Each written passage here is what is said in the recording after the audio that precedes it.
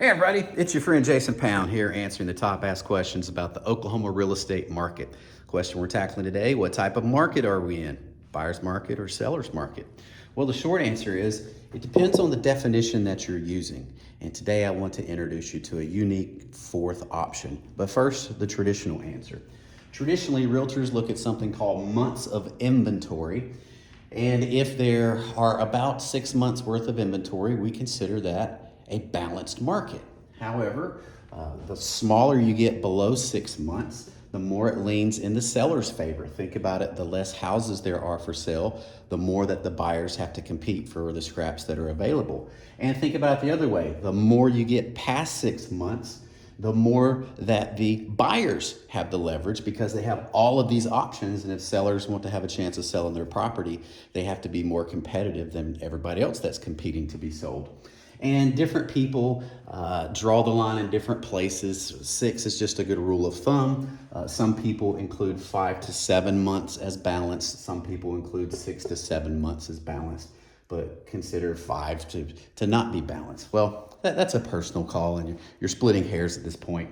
Also realize that months of inventory is a metric that can be applied at different levels. You can apply it at the national level, the state level, the county level, the metro level, the principality level, the neighborhood level, the street level. And depending on which level you're looking at can skew this number.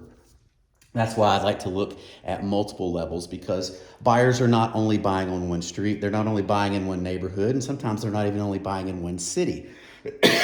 So depending whether you're representing the buyer and the seller, depends on the strategies that you utilize based on months of inventory, and the micro and the macro scaling in and scaling out help you to have a holistic view.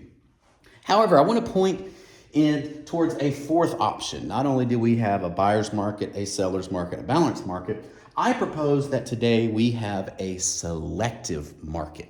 And when you look at the economics of supply, demand, and prices, notice that all three of these are pointed up, and that is an economic anomaly. It is very rare for supply to go up and demand go up and prices go up. Think about the baseball card theory. The reason Babe Ruth baseball cards are valuable is there's very few of them, but everybody wants them.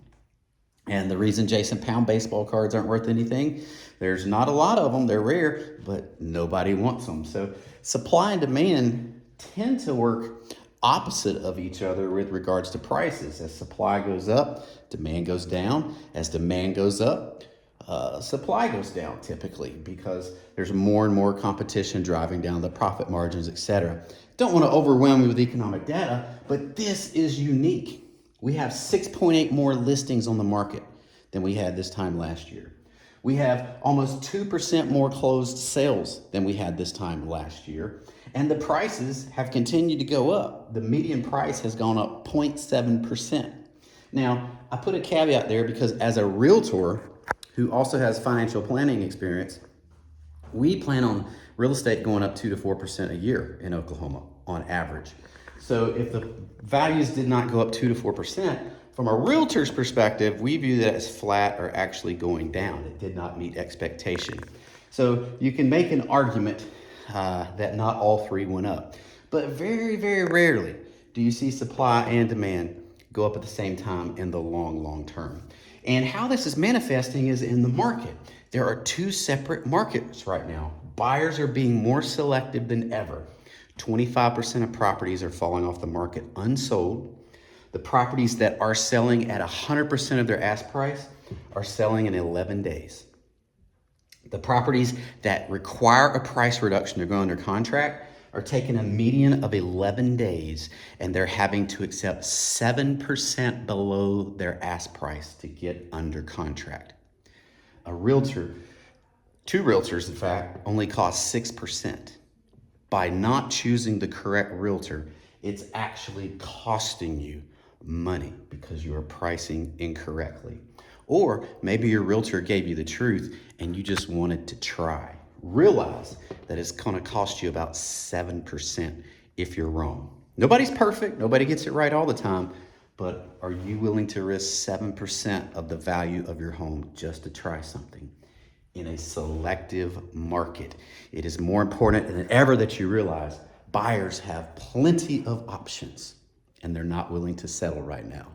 So get your house in order if you want to sell it. My name is Jason Pound with Jericho Pound Realty Group. We service the entire Oklahoma City metro area with hyper-local expertise in South Oklahoma City, Moore, Norman. If we can ever be of assistance, don't hesitate to reach out. We're here to serve. In the meantime, peace out. Have a great life. Adios.